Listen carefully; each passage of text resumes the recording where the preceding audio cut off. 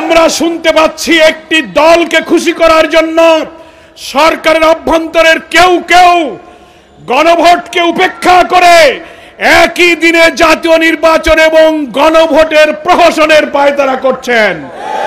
আমরা বলতে চাই, একই দিনে গণভোট যারা করতে চাচ্ছেন তাদের উদ্দেশ্য হলো জুলাই সনদকে অকার্যকর করা। এক সাগর রক্তের বিনিময়ে যে জুলাই সনদে বিদ্যমান রাষ্ট্র কাঠামো পরিবর্তন করে রাষ্ট্র সংস্কারের যে ঐতিহাসিক ঘটনা ঘটেছে, একই দিনে গণভোট যারা চাচ্ছেন তারা জুলাই সনদকে অকার্যকর করতে চান। এই অপরিণামদর্শী পথ থেকে ফিরে এসে আগামী নভেম্বরে গণদাবি অনুযায়ী আপনি গণভোট দিন। তার আগে রাষ্ট্রপতির আদেশে জুলাই সনদ আদেশ জারি করুন, তারপর জাতীয় নির্বাচন দিন।